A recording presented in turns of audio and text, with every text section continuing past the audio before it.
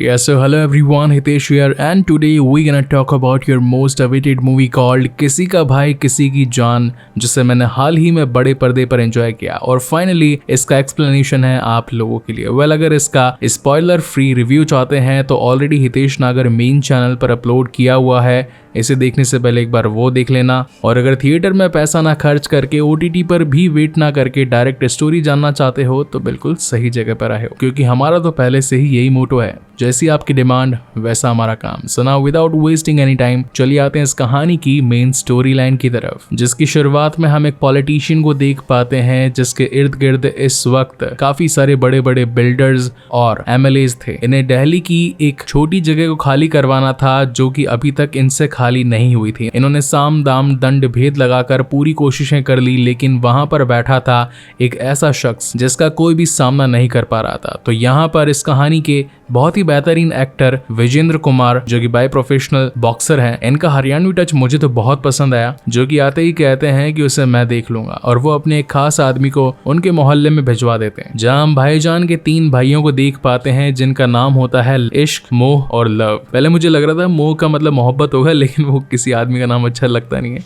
तो यहाँ पर इनका नाम मोह रख दिया है। पहले तो ये गुंडा सभी को नॉर्मल वे में धमका रहा था और कह रहा था कि अगर जल्द से जल्द खाली नहीं किया ये प्लेस तो यहाँ पर तबाही मचेगी। लेकिन ये तीनों भाई और इसी के साथ साथ कहानी के कुछ और भी कैरेक्टर्स उस पर हंसने लगते हैं, कहते हैं कि अगर एक बार भाईजान यहाँ पर आ गए तो तेरी बॉडी से जान निकाल देंगे। अब गुंडा है तो मार खाने का शौक तो था ही उसे, तो बोल देता है कि बुलाओ भाईजान को, और तभी भाईजान आते हैं, जैकेट आसमान में फेंक के उसी में लैंड कर कर एकदम धरती पर सुपर हीरो की लैंडिंग। भाई तो भाई है। खैर, यहाँ पर मूवी के कुछ क्रिंज डायलॉग्स थे, उनको स्किप करते हैं, directly coming to the main point. भाईजान गुंडे को समझाते हैं इधर दिखना नहीं, दिखेगा तो कुटाई हो जाएगी। दूर खड़ा विजेंद्र कुमार ये सब कुछ देख रहा था, उसे लग रहा था कि अभी अगर पंगा लिया तो मेरी भी कुटाई सुटाई हो जाएगी, तो इसलिए वो यहाँ से जाने का सोच लेता है। अब भाई जीत गए तो गाना तो आएगा। मूवी में टोटल 8 सॉन्ग्स हैं। टोटल मूवी का रन टाइम था 2 घंटे 24 मिनट। 24 मिनट के गाने निकाल दो, 2 घंटे की पिक्चर है तो उसको अपन कोशिश करेंगे कि 15 से 20 मिनट में फटाफट से निपटा दें। अब इस सॉन्ग में हमें यहाँ पता चलता है कि ये जो तीनों भाई हैं, लव, इश्क और मोह, मोहल्ले की नजरों में तो बिल्कुल एक सीधे साधे लड़के हैं और लड़कियों को देखते भी नहीं। वही दूसरी ओर इनके पास 3 गर्लफ्रेंड्स हैं जिनका नाम है सुकून, मुस्कान और चाहत। अब ये तीनों कपल्स आपस में शादी तो करना चाहते हैं, लेकिन भाईजान जिन्होंने अपने तीनों भाइयों के लिए खुद शादी नहीं करी, तो आखिर वो भाईजान से बिना बात करे खुद शादी कैसे कर लें। तो वो यहाँ पर अपने मोहल्ले के बड़े एल्डर्स को पटाते हैं कि जाकर एक बार उनसे बोलो, उनकी कोई सेटिंग वेटिंग लगवा दो ताकि हमारी भी शादी हो सके।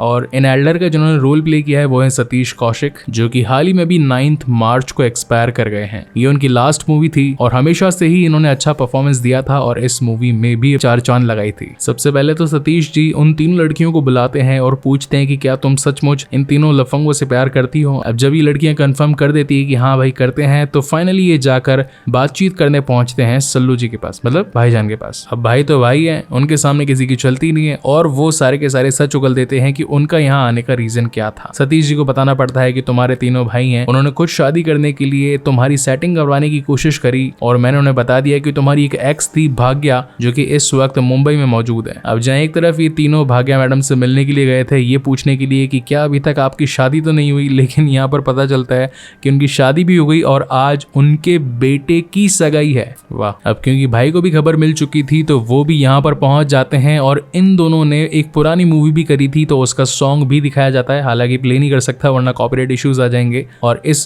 पूरी मूवी को भी फोटोज के साथ ही एक्सप्लेन कर रहा हूँ। इसका जब अच्छा प्रिंट आ जाएगा तब 1080 प्रिंट क्लिप्स के साथ भी ले आऊंगा, लेकिन अभी फिलहाल तो इसी के साथ ही काम चलाना पड़ेगा। खैर, यहाँ पर तो इन तीनों की दाल गली नहीं, क्योंकि भाईजान का काम करवाने के लिए आए थे लेकिन इनके खुद के काम लग गए।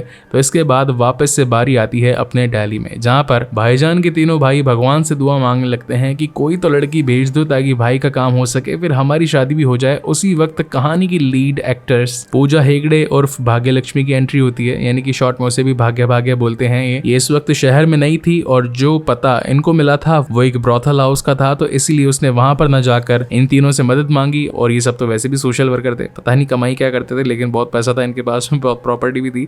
तो ये कहते हैं कि भाईजान बहुत अच्छे इंसान है और अच्छे लोगों को घर दे दिया करते हैं, तो तुम्हारी मदद तो भाई कर ही देंगे। मतलब वो भाग्य के साथ में भाईजान की सेटिंग लगाने की कोशिश कर रहे थे। यहाँ पर गुंडा आकर बोलता है विजेंद्र जी को कि काम तो हुआ नहीं है, जिस पर विजेंद्र कहता है कि तुमसे तो ना हो पाएगा, इस काम के लिए मैं किसी और को भेजूंगा। मीनवाइल स्टोरी में यहाँ भाईजान और भाग्य की थोड़ी थोड़ी लव स्टोरी चलती जा रही थी। कोई कभी किसी को इम्प्रेस करने की कोशिश करता है तो कोई भाव नहीं देता है। इसी बीच हम व्यूअर्स को ये पता लगता है कि भाग्या जिस फैमिली से बिलोंग करती है उनके बड़े भैया अनैया जो कि एक नॉन वायलेंट इंसान है, उन्हें वायलेंस बिल्कुल भी पसंद नहीं है। मीनवेल अनैया की थोड़ी सी फुटेज दिखाई जाती है जो कि बहुत ज्यादा राउडी अन्ना टाइप के हैं। उन्हें फाइटिंग करना आता तो था लेकिन यहाँ पर बीइंग इस सपने की तरह उसे प्रेजेंट किया गया था। अब एक तरफ जब इनकी बातचीत चली रही थी, इसी वक्त यहाँ पर एक स्नाइपर आकर भाई को मारने की कोशिश करता है। पहले तो मुझे लगा कि 10 फुट की दूरी से स्नाइपर मारने के लिए क्यों लेकर आया ये लेकिन इसका राज बाद में खुलेगा। तो coming back to the main story, भाई के पास बहुत ताकत, उन्होंने सबको दे दमादम पीटा और भाग्य जी हो गई इंप्रेस। तो इनका लव चक्कर हो गया स्टार्ट। अगेन यहाँ पर काफी सारे क्रिंज डायलॉग्स हैं। पर्सनली बता रहा हूँ, मुझे तो कहते हुए भी शर्म आ रही है कि वो वक्त मैंने कैसे निकाला है हॉल में। अगर आप लोगों की डिमांड नहीं होती तो ये मूवी तो बिल्कुल नहीं करता। पर खैर, अगर किसी मूवी में कुछ बेकार चीजें होती है तो कुछ अच्छी चीजें भी होती है जो कि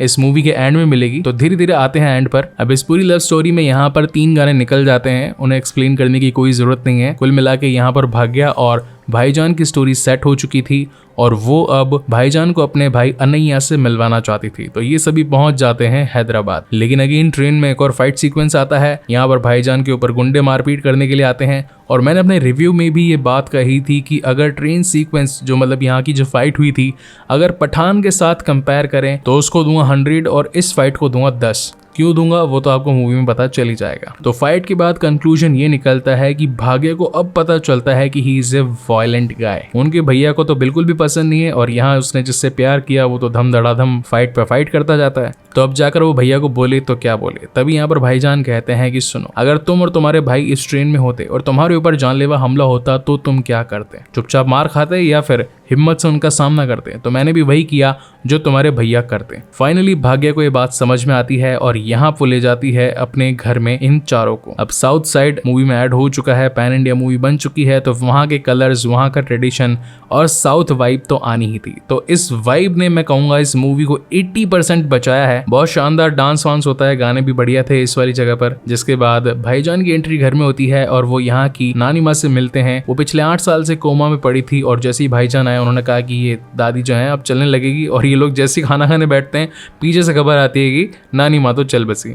वहीं कहानी के दूसरी ओर विजेंद्र जो कि दिल्ली का गुंडा था, उसने हैदराबाद के गुंडे नागेश्वर के साथ कांटेक्ट किया और बोला कि मेरा दुश्मन पहले मेरे प्लेस पर था, अभी तुम्हारे प्लेस पर आ चुका है तो बदला ले डालो। लेकिन समहाउ भाईजान को ये बात पता चल जाती है और वो 1-to-1 बातचीत करने के लिए नागेश्वर के पास पहुंचते हैं, जहां पर नागेश्वर ये बताता है कि मैं ऑलरेडी अनैया का दुश्मन हूँ, ऊपर से तू भी दुश्मन है, तो तुम दोनों को ही जिंदा तो मैं छोड़ने नहीं वाला। जहां पर भाईजान कहते हैं कि देखो मैं फाइट वगैरह करने यहाँ पर आया नहीं हूँ, मुझे साफ मना किया गया है, नहीं तो अभी तुम सबकी हड्डी पसली एक करके रख देता। जिस पर नागेश्वर कहता है कि ठीक है आ जाओ, हम पहुंच जाते तुम्हारे घर पर बम धड़ाके करने के लिए। अगर तुझे ये सब कुछ रोकना है तो अनैया को जाके बोल मेरे पैर पड़े, नाक रगड़े, मुझसे भीख मांगे अपनी जिंदगी की, तब जाकर सोचूंगा कि छोड़ना है कि नहीं छोड़ना है। अब भाईजान वापस आ जाते हैं। भाग्य पूछती क्या हुआ, तो भाईजान बताते हैं कि नागेश्वर तो मानने के लिए तैयार नहीं है। अब इनकी ये बात चली रही थी और इतने में घर पर गुंडे आकर हमला कर देते हैं। भाईजान गलती से बाहर खड़े थे तो ये तीनों भाई और भाईजान मिलकर उन सभी गुंडों को पेल पाल देते हैं।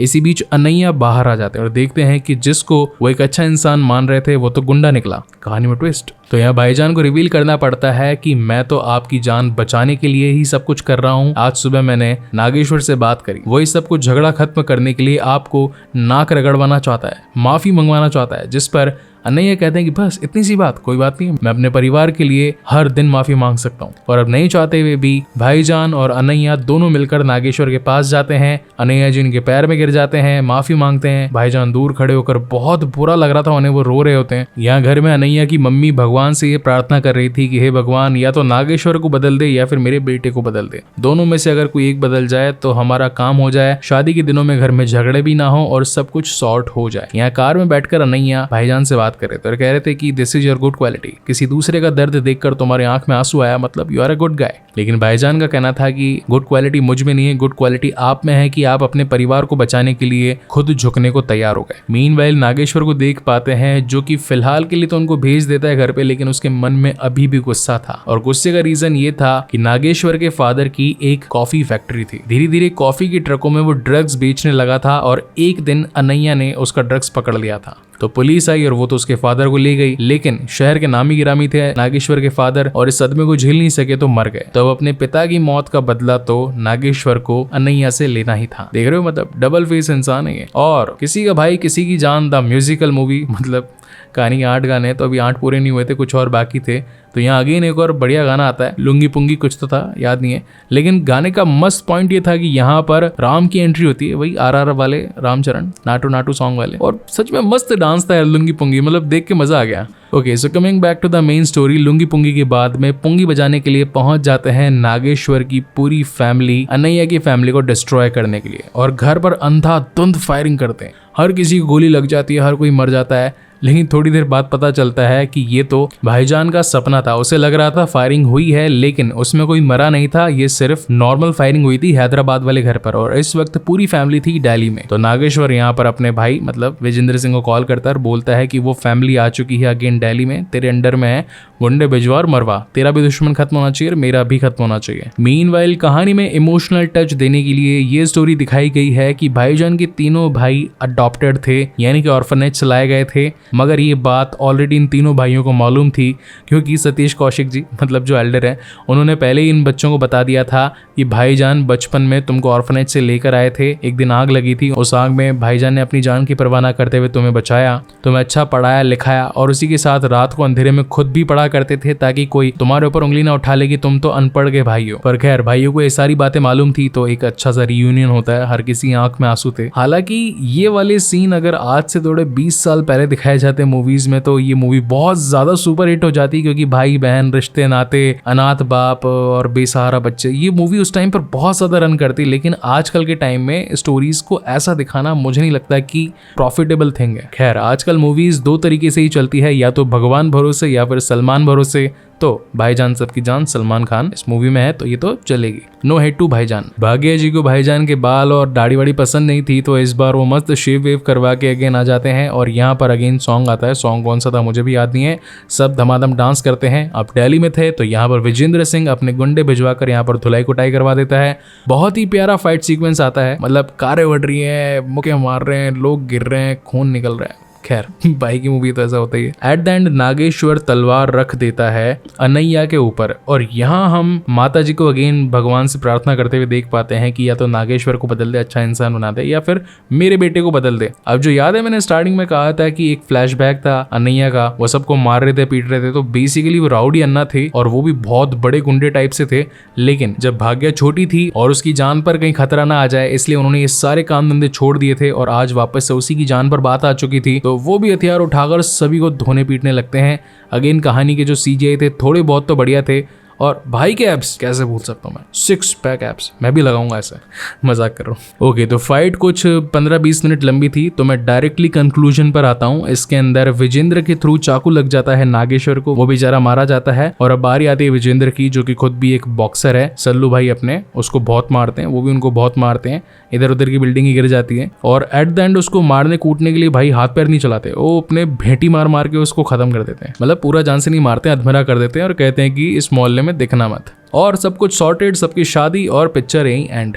कहानी से हमें क्या सीख मिलती है कि पिक्चर सिर्फ 2 चीजों से चलती है, या तो भगवान भरोसे या सलमान भरोसे। तो गाइज आपकी डिमांड को मैंने पूरा करा, अब मेरी डिमांड को आप लोग पूरा करो। इस वीडियो की डिस्क्रिप्शन में मेरे बाकी चैनल्स के लिंक दे रखे हैं, जाओ सब्सक्राइब करो। हर एक इंटरेस्ट के अकॉर्डिंग हर एक चैनल पे कंटेंट डला हुआ है, किसी को एनिमेटेड पसंद है, किसी को हॉरर पसंद है, किसी को फ्रेंचाइजी पसंद है, किसी को रिव्यूज पसंद है, किसी को वेब सीरीज पसंद है, किसी को बॉलीवुड पसंद है। तो जिसको जो देखना है वो सब कुछ वहां मिलेगा। सारे चैनल्स को एक बार सब्सक्राइब कर देना, और इसी के साथ अगर इस चैनल पर भी पहली बार आए हो तो इसको भी सब्सक्राइब करते जाना, क्योंकि ऐसी ही और बेहतरीन मूवीज मैं आप लोगों के लिए लाता रहता हूँ। सो तब तक के लिए keep watching and stay safe. और हाँ, जाने से पहले यार एक और रिक्वेस्ट है, मेन चैनल पर मोर देन 1 मिलियन सब्सक्राइबर है, ये बेचारा 60,000 पर ही है। अगर इस वीडियो पर 40,000 व्यूज आ रहे हैं तो मैं चाहता हूँ कि वो 40,000 लोग सब्सक्राइब करो यार, ताकि इस चैनल को जो 1 लाख पहुंचाने का हमारा टारगेट है वो फटाफट से पूरा हो सके। एंड आई होप कि आप सभी इस टारगेट को अचीव करने में मेरी मदद जरूर करेंगे, इसलिए आप सभी को एडवांस थैंक यू। सो तब तक के लिए मिलते हैं अगले वीडियो में।